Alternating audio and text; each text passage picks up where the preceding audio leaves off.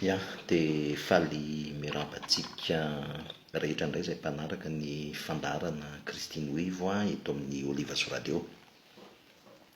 Androantsika dia iresaka manokana ny antsoina hoe antom-pisina. Antom-pisina, inona no antom-pisinao? Matetika tsika olombelona rehefa tsy fantatritsika, rehefa tsy mahita valiny na tsy mametraka ny fanontaniana io tsika, dia manjary tsy misy orientation, tsy misy sens ny fiainantsika, tsy misy sens ny fiainantsika efa mandeha amin'izao eny fotsiny. Androantsika ezaka hamaly an'izay fanontaniana izay hoe inona moa ny tena antom-pisintsika, inona ny tena antom-pisintsika? Voalohany indrindra aloha dia milazo tsika hoe fa maninona moa tsika no noforon'Andriamanitra, maninona tsika no noforon'Andriamanitra? Ndikany hoe Andriamanitra, ndikany hoe Dieu, raha ny tena marina, raha mamaky tsika amin'ny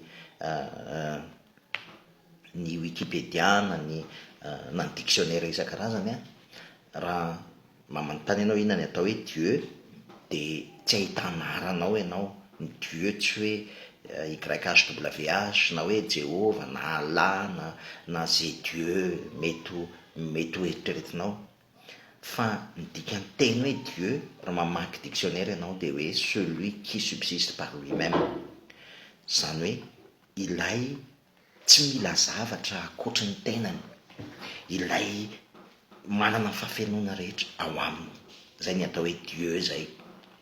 Ka raha ohatra zany ka ilay feno fahafenoana rehetra Dieu, dia inona raha zany no antony namoronana Andriamanitra antsika? Inona no antony namoronana Andriamanitra antsika? Dia zavatra anankiroa ry havana no antony tena namoronana Andriamanitra antsika, ary zay tena mila azontsika tsara. Voalohany indrindra aloha ny antony namoronana Andriamanitra anao dia satria tiany ho tiavina ianao. Ny antony namoronan'Andriamanitra anao dia satria mila olona izy ho tiavina, satria Andriamanitra dia fitiavana. Satria Andriamanitra dia fitiavana dia mila olona izy ho tiavina. Zay ny antony voalohany namoronan'Andriamanitra anao. Ny antony faharoa namoronan'Andriamanitra anao dia ilainy hiankon-doha tanteraka aminy ianao, ilainy hiankon-doha tanteraka aminy ianao. Ireo zavatra anankiroa ireo zany. Andriamanitra tsy namorona olombelona mba haleo tena, Andriamanitra tsy namorona olombelona mba hiankina amin'ny herin'ny tenany, fa Andriamanitra namorona olombelona mba hiankina tanteraka eo aminy Andriamanitra. Zay mila azontsika izay. Indrisy nefa ry havana fa tafasaraka tamin'Andriamanitra ny olombelona tao Edena, tafasaraka tamin'Andriamanitra ny olombelona tao Edena, ary rehefa tafasaraka tamin'Andriamanitra ny olombelona tao Edena dia voalohany indrindra tafasaraka tamin'io fitiavana fototra, Andriamanitra fitiavana io ny olombelona. Ary ny faharoa dia lasa miseho miezaka ho maly ho tena ny olombelona. Zay ny vokany, dia lasa olombelona tia tena, ary olombelona tafasaraka ny fitiavan'Andriamanitra. Zany ny olombelona mpanoty zany. Zay ny tena dikany hoe mpanoty, zay tafasaraka amin'Andriamanitra, olona tafasaraka amin'Andriamanitra, ary olona lasa tsy miankin-doha amin'Andriamanitra intsony fa miankina amin'ny herin'ny tenany, dia lasa mpanota ny olombelona. Tsy ny zavatra atao no mahampanota ny olombelona aloha, tsy le akta atao vokatra ireny, fa ny tena mahampanota ny olombelona dia ilay izy tafasaraka tamin'ilay Andriamanitra fitiavana fototra, ary izy lasa miseho mahaleo tena ka mieritreritra fa mahavita tena amin'ny herin'ny tenany. Zay ny tena olana ry havana.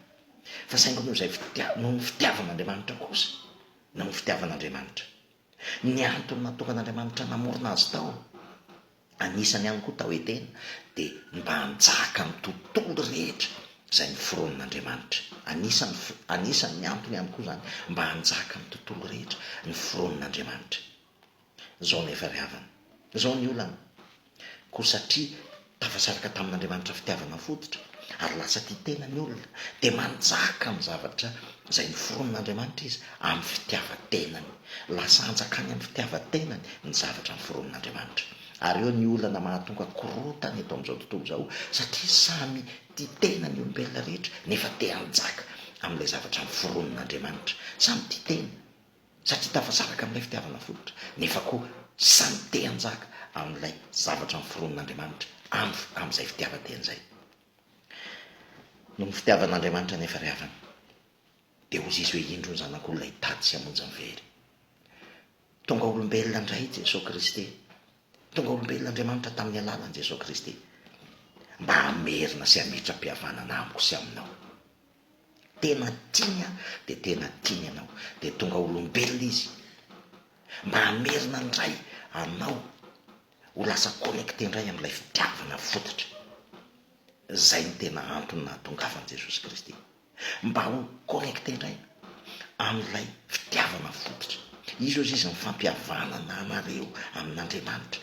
Tao aminy ozy izy nandravany hevitra fisarahana, dia ny sarahan'Andriamanitra, ny ravain'Andriamanitra tao amin'i Jesosy Kristy ilay hevitra fisarahana tao etena. Ary dia naveriny indray zany tao amin'i Jesosy Kristy, naveriny indray zany fitiavana izany, ary nitoriany teo amin'ny hazo fijaliana sy teo amin'ny fitsanganana Jesosy Kristy amin'ny maty. Fa tena tiany ianao, tian'Andriamanitra ianao ary natolony ny ainy mba ho fampihavanana anao indray aminy. Na dia rava ary zany hevitra, na dia rava ary zany firaisanao amin'Andriamanitra zany, dia naveriny indray zany tamin'ny alalan'i Jesosy Kristy. Naveriny indray ilay fifandraisana amin'ilay fitiavana fototra tamin'ny alalan'i Jesosy Kristy. Naveriny indray fa amin'ny alalan'i Jesosy Kristy dia afaka miankin-doha tanteraka amin'Andriamanitra ianao, satria tsy ianao tsy mivelona fa Kristy mivelona ao anatinao. Ary raha Kristy mivelona ao anatinao dia afaka miantehitra sy miankin-doha tanteraka amin'ilay Andriamanitra tomponao sy mpahary ianao. Afaka miankin-doha tanteraka amin'indray ianao. Ary ny farany dia izao, afaka ampiasainy indray ianao hanitatra ny fanjakana, satria Jesosy Kristy ilay mpanjaka ny velona ao anatinao. Afaka manjaka indray amin'ilay zavaboary ny Andriamanitra amin'ny alalan'i Kristy izay velona ao anatinao. Ary dia miverina feno indray ilay mission izay nomen'Andriamanitra ny Adama. Zao nefa ry havana, tsy afaka ho amin'izany mihitsy ianao, tsy afaka ho ampiasain'Andriamanitra amin'izany ianao, ary tsy ho fantatrao zany antom-pisianao zany, tsy ho fantatra hoe inona ny tena antom-pisiko, raha tsy azonao tsara aloha hoe Jesosy Kristy izay nanolotra ny aino anao dia efa nahavita tanteraka ny asa-pamonjeny. Raha tsy hinonao ny asa-pamonjeny Jesosy Kristy, tsy ho vitanao, tsy ho vitanao na oviana na oviana, tsy ho vitanao na oviana na oviana izany mission izay apetraka Jesosy eo aminao zany, ary tsy ho fantatrao na oviana na oviana izany antom-pisianao zany. Inona ary zany asa-pamonjena vitan' Jesosy Kristy amin'ny hazo fijaliana zany? Averiko indray. Voalohany indrindra, voavela ny elokao, voavela ny elokao taloha ankehitriny aro avy, efa voavela ny elokao. Faharoa manaraka an'izay, efa maty niaraka tamin'i Jesosy Kristy ianao, ilay mpanota taloha, ilay identité mpanota taloha, efa maty niaraka tamin'i Jesosy Kristy teo amin'ny hazo fijaliana. Efa niravainy Jesosy Kristy teo amin'ny hazo fijaliana ilay hevitra fampisarahana izay nahatonga anao ho tafasaraka amin'ilay fitiavan'Andriamanitra fototra. Efa maty niaraka tamin'i Jesosy teo amin'ny hazo fijaliana zany. Efa maty niaraka tamin'i Jesosy teo amin'ny hazo fijaliana ilay ianao ilay titena, ilay ianao ilay miankina amin'ny herin'ny tenanao, ilay egoanao, ilay ianao ilay tsy mahalala afa-tsy ny ianao, ilay fitiavan-tena efa maty niaraka tamin'i Jesosy Kristy teo amin'ny hazo fijaliana zany. Efa maty niaraka tamin'i Jesosy Kristy teo amin'ny hazo fijaliana ilay ianao ilay mpanota taloha. Efa maty niaraka tamin'i Jesosy teo amin'ny hazo fijaliana ilay ianao titena ka te hanjakazaka amin'ny zavatra namboarin'Andriamanitra, amin'ny création'Andriamanitra, ka te hanjakazaka amin'ny fitiavan-tenanao amin'izany création'Andriamanitra zany. Efa maty niaraka tamin'i Kristy teo amin'ny hazo fijaliana zany. Fahatelo manaraka an'izay, nitsangana tamin'ny maty Jesosy Kristy, niteny izy teo amin'ny hazo fijaliana hoe vita, zany hoe vita ny zavatra rehetrarehetra. Tsisy ninina afaka ho forononao intsony satria efa vitan'Andriamanitra ny zavatra rehetra. Ary manarak'izay nitsangana tamin'ny maty Kristy. voaloha ny vidin'ny fahafatesana tambon'ny ota, nalohan'Andriamanitra ny vidin'ny fahafatesana tambon'ny ota, nalohany zany, ary tsy vita amin'ny nalohany zany fa nitsangana tamin'ny maty izy ary resiny zany fahafatesana zany. Tsy misy vidy, tsy misy fahafatesana tambon'ny ota ntsony raha tena ao amin'i Jesosy Kristy ianao, satria efa voalohan'Andriamanitra ny trosa ary efa nitsangana tamin'ny maty izy, resiny fahafatesana. Lehibe lavitra noho ny fahafatesana ny fiainanao amin'i Jesosy Kristy, lehibe lavitra noho ny olanao Jesosy Kristy nitsangana tamin'ny maty.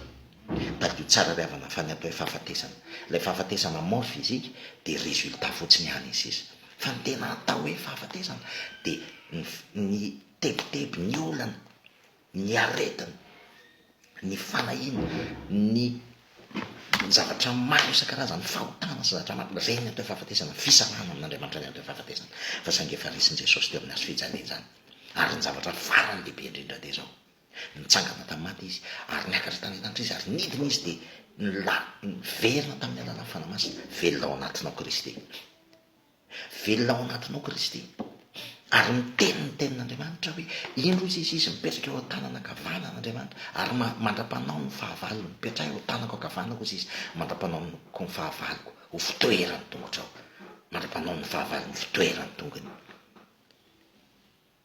Ny asan'i Jesosy Kristy velona ao anatinao dia mampanao ny fahavalony fitoerany tongony amin'ny alalanao. Lasa mampiasanao manitatra ny fanjakan'Andriamanitra amin'ny alalanao Jesosy Kristy, ary zay ny tena antom-pisianao zay, mizara ny fitiavan'Andriamanitra, manaparitaka n'izany fitiavan'Andriamanitra, tsy manam-paharoa zany, aparitao zany fitiavan'Andriamanitra zany, zarao zany fitiavan'Andriamanitra zany, torio zany fitiavan'Andriamanitra zany, fa zany no antom-pisianao zany, zany ny antom-pisianao, zany ny antom-pisiany Jesosy Kristy velona ao anatinao, ampiseho amin'izao tontolo zao. Fa toy izao no nitiavan'Andriamanitra n'izao tontolo zao, meny ny zanany lahy tokana mba tsy ho rehetra rehetra mino azy, fa hanana fiainana mandrakizay. Torio zany fiainana mandrakizay zany, zany fiainana mandrakizay zany, torio ilay Edena vaovao, ny dikan'ny Edena ry havana tsy endroit géographique, tsy toerana ny Edena, fa atmosfera ny fanatrehan'Andriamanitra, atmosfera ny fanatrehan'ny fitiavan'Andriamanitra, zay ny atao hoe Edena.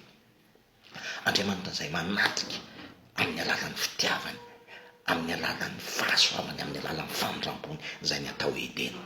Ambarao amin'ny olona indray, fa zay ny antom-pisianao zay, ambarao amin'ny olona. Fa ianao raha ohatra ka tena niny ny asa-pamonjeny Jesosy Kristy, raha tena nandray ny asa-pamonjeny Jesosy Kristy ianao, dia miverina ao anatin'ilay fanatrehan'Andriamanitra ianao, miverina ao anatin'ilay fanatrehan'ny fitiavan'Andriamanitra ianao, ary miverina ao anatin'ilay atmosfera edenika ianao, miverina ao amin'ilay atmosfera ny Edena ianao, dia zay atmosfera ny Edena zay ry havana, amparao amin'ny olona, torio amin'ny olona, fa afaka ao anatin'ny fanatrehan'Andriamanitra tanteraka izy, afaka ao anatin'ny fitiavan'Andriamanitra tanteraka izy 24 heures sur 24, raha tena ohatra ka inony ny asa-pamonjeny Jesosy Kristy, raha ohatra ka tena niraisiny ny asa-pamonjeny Jesosy Kristy, raha ohatra ka tena ninony fa efa vitany Jesosy Kristy ny zavatra rehetra, dia miverina indray ao anatin'ny fanatrehan'Andriamanitra izy.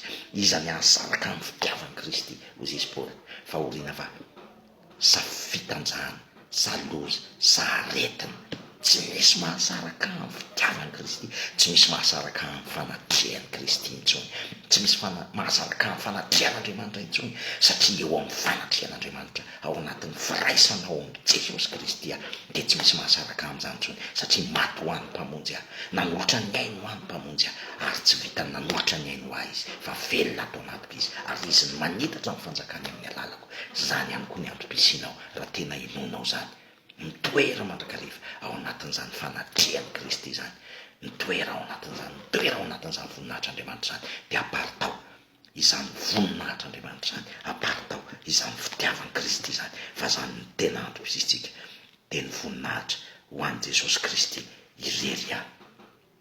Amen.